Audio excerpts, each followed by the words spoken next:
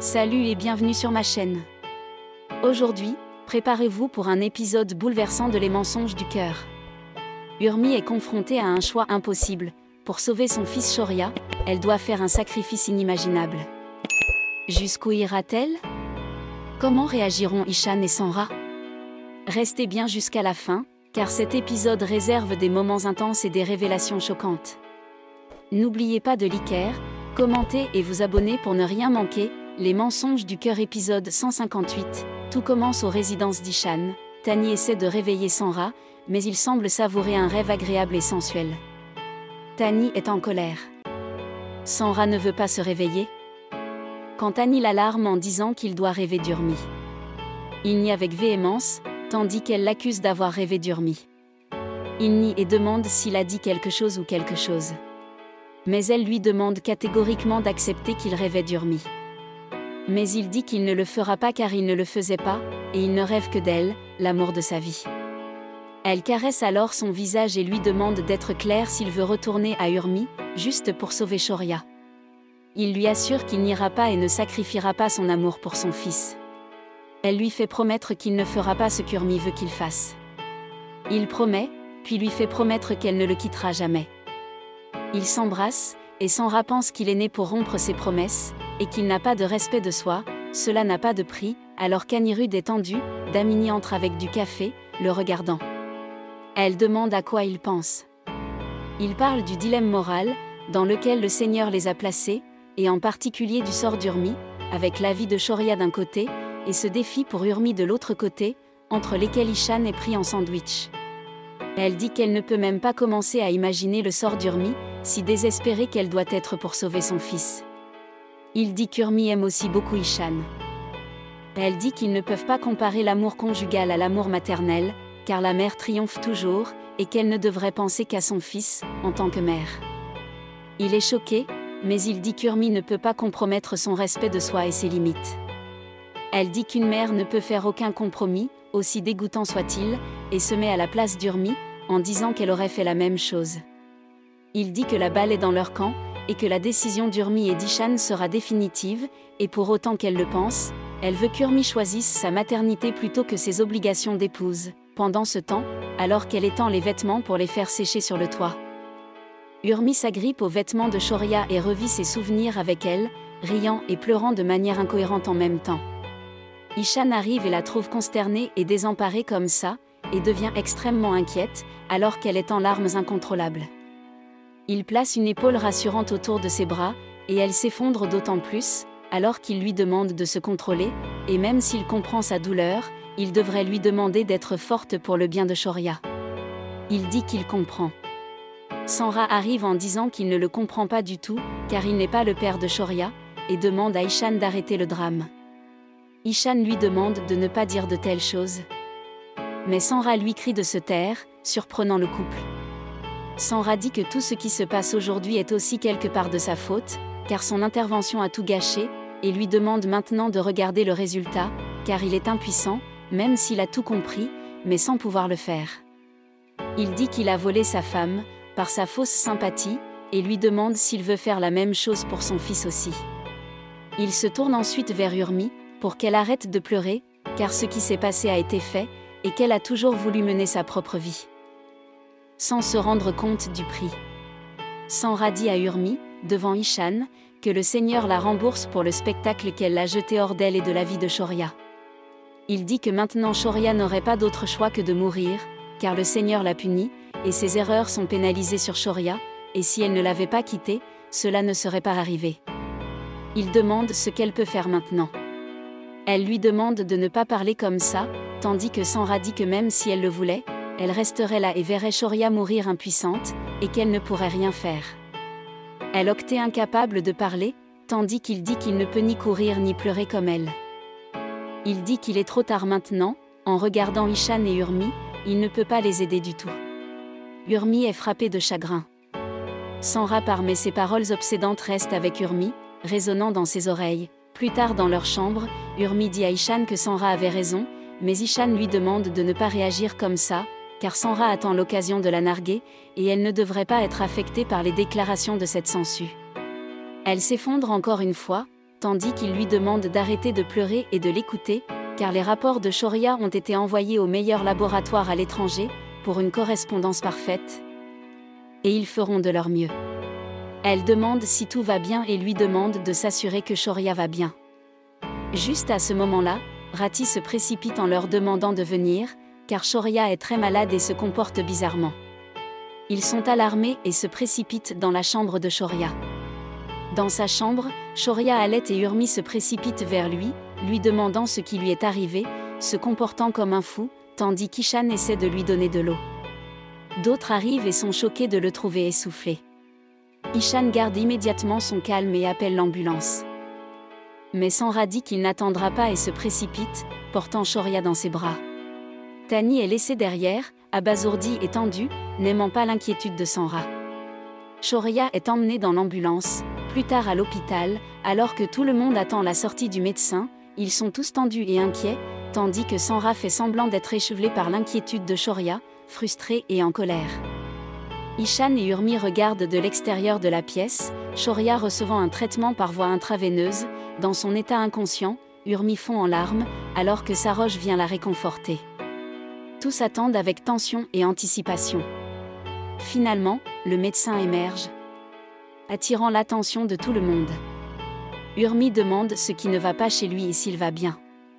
Le médecin dit qu'il a administré le traitement temporaire et qu'il est actuellement d'accord avec le nébuliseur d'oxygène. Sanra commence à dire que s'il n'avait pas eu Shoria à temps, tout aurait pu arriver. Le médecin dit que de telles attaques imprévisibles se produiront. Ishan demande à tout le monde de se calmer et demande quel est l'état actuel. Il dit que le traitement réel n'est pas entre ses mains, mais entre les leurs, et que tout ce qui doit être fait le plus vite possible, par eux, et cela aussi dans les délais.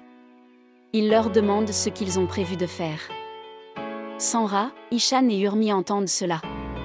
Toute la famille est choquée, tandis qu'Urmi est bouleversée. Le médecin dit qu'il espère qu'ils ont compris ce qu'on leur a demandé de faire, et s'ils ont prévu, car c'est la seule solution viable. Il leur demande de comprendre la gravité de la situation, avant qu'il ne soit trop tard, car le traitement réel de l'enfant n'est que cela, qui n'est pas entre ses mains. L'écran se fige sur le visage bouleversé d'Urmi. Après le départ du médecin, Urmi détourne le regard. Gaurav demande à Urmi de quoi parle le médecin.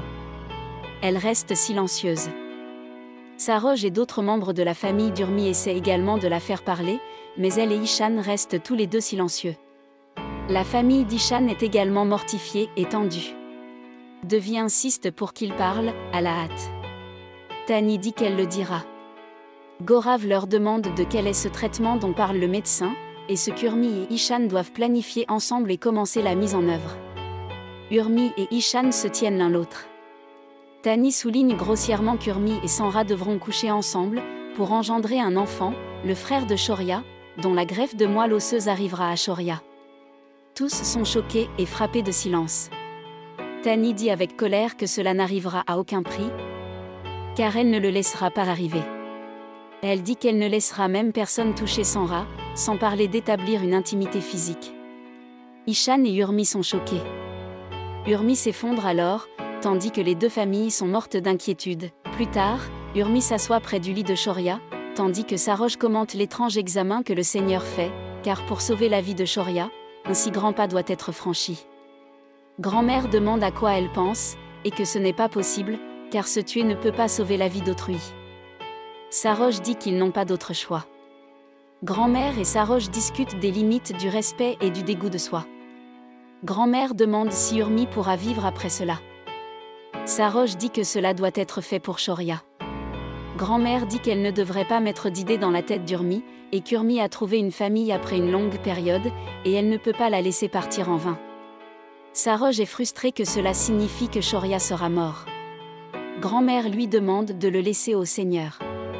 Sarosh est provoquant, tandis que grand-mère dit que ce n'est pas possible. Urmi entend tout cela.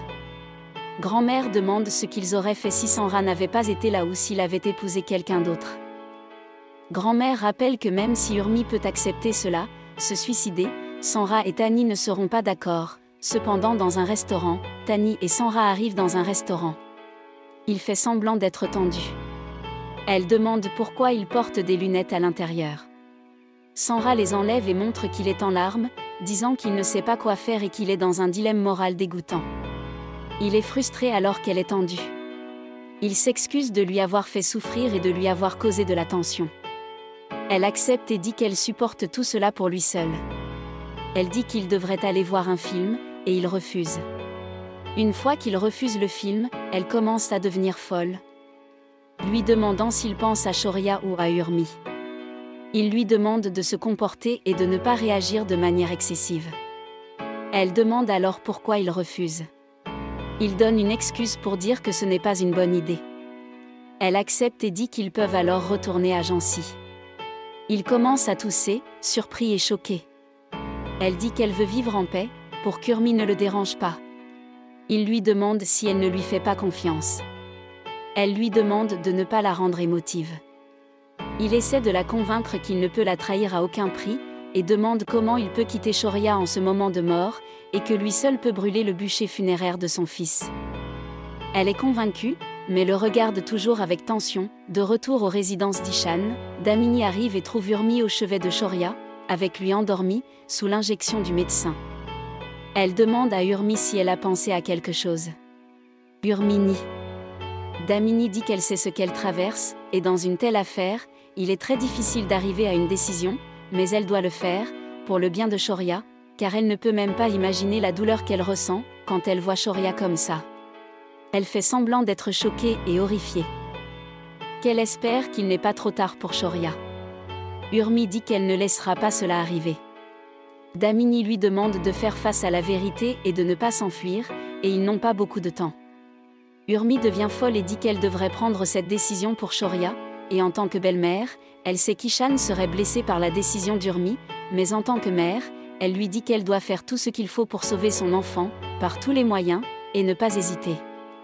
Elle dit que si quelque chose arrive demain, elle ne pourra pas se pardonner. Urmi est abasourdie et choquée. Pendant ce temps, Ishan reçoit un appel du médecin de New York et décroche précipitamment. Le médecin lui propose le même choix. Ishan lui demande de suggérer une autre option, car il peut faire tout ce qu'il veut. Mais le médecin dit que c'est la seule solution possible et qu'il devrait essayer au plus vite, car ils n'ont pas beaucoup de temps. Il est déçu et découragé. Il s'effondre sur le canapé, se demandant quoi faire ensuite. Il regarde la lune, sans but, et Urmi arrive par derrière, bouleversée elle-même, et l'appelle, lui demandant s'il l'a appelée. Il obéit. Ishan dit qu'ils ont reçu les rapports des oncologues à l'étranger. Urmi demande précipitamment ce qui se passe et s'ils lui ont assuré que leur fils serait sauvé. Il dit que le médecin le lui a assuré. Elle demande ce qu'ils ont dit. Ishan dit qu'ils ont eux aussi suggéré le même traitement qu'on leur a dit plus tôt, et qu'ils n'ont pas d'autre choix ni beaucoup de temps, et qu'elle devrait engendrer un autre enfant. Elle est choquée.